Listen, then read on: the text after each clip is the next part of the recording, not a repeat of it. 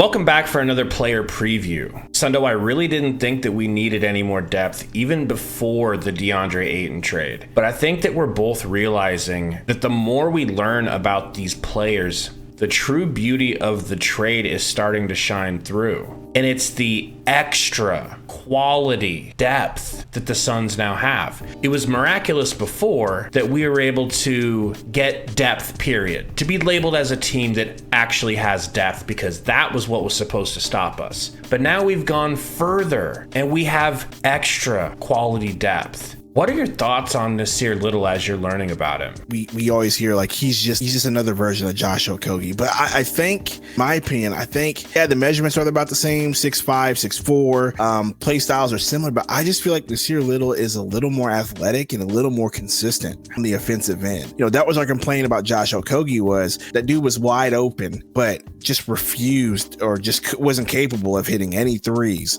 when we needed him to. Now, I'm not going to sit here and say Nassir Little is going to be that guy and actually hit, but from what we've seen, way more consistent of a shooter. And so there's that.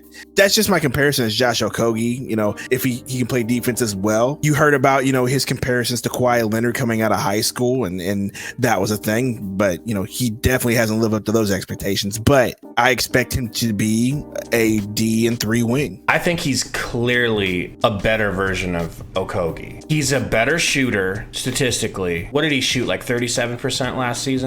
He shot 44% last season, 36% from three. So I don't want to lose sight of the fact that he's a decent shooter. We'll call him a decent or good shooter, but he's a slasher, bro. Like, his handles are a little bit better than Okogie's, to the point where he can put it on the floor and get through traffic with a nice pound dribble and finish at the rim, or finish with touch around the rim. But a lot of times he's dunking these things. He's a bigger, more skilled Okogie, and I mean that to the point where I think that he should be soaking up Okogie's minutes.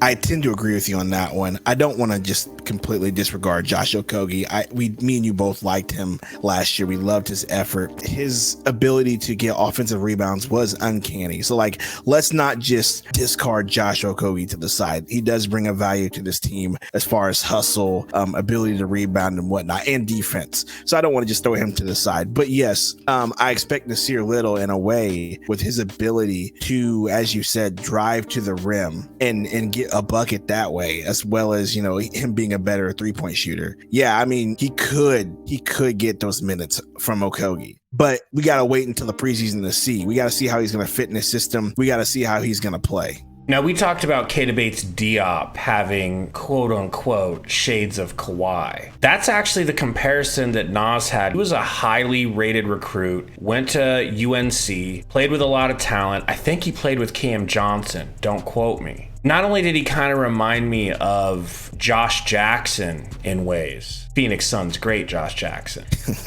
but Nassir's ceiling was supposed to be something like Kawhi. That's the model of his game. He's still young, bro. He's 23 years old. I know this is rich coming from Suns fans that just got him and we've got all this hope and whatnot. If you're a Blazers fan, you're probably like, yeah, we really liked him too, but we were sitting around waiting for him to develop, but he didn't. I don't think he's past the stage to where he can't continue to grow his game. But I think he's going to run into the same problem here that he ran into with the Trailblazers, which was, at the time that the Trailblazers got him, they were a playoff contender. And so he didn't get a whole lot of playing time off the bench. He was kind of caught in that in between, to where the Blazers weren't really looking to develop him. They weren't really looking to develop players because they had Dame and McCollum, right? And so they were trying to make playoff pushes at the time. You know, they drafted him, 2019, and they were a consistent playoff team, in 2019. And so Nassir got there and he didn't get the playing time that he necessarily needed, right?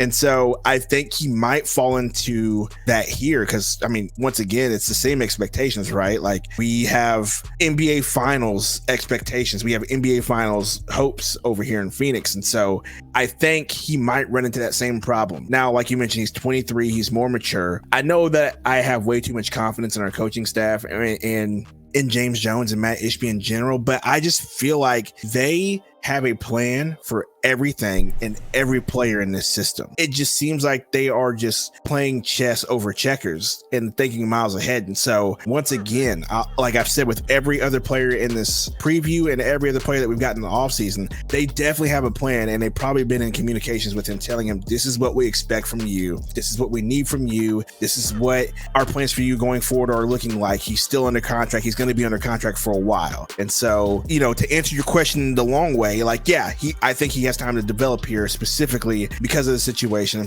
and specifically because I think James Jones and Ishbia have a plan for him. As far as his development goes, I think it was also cut off a little bit because they picked up Jeremy Grant. Mm-hmm. And that had to have cut into his role at the 3 quite a bit. You're right, though. He'll come to the Suns and he probably won't get as much time per se as he might need. However, when you're playing with the Suns, and we've talked about this with all the guys, you're going to be getting so many open looks. I think he'll be able to maximize the time that he's on the court and look good because he's not out there long enough to make the same amount of mistakes as if you're being forced to play all the time. And when you're out there, the other guys are getting doubled and you're being left alone to just do your thing. That could help with his development. That's true. Let me ask you this question real quick. How many minutes do you think he's going to get? Because he averaged 18 minutes last season with the Blazers. And so, like, moving forward, you know, we expect Ish Wainwright to be gone. Sadly, we do expect D. Lee to be gone. I just read that, even, you know, he got hurt. And so they're expecting him to be cut.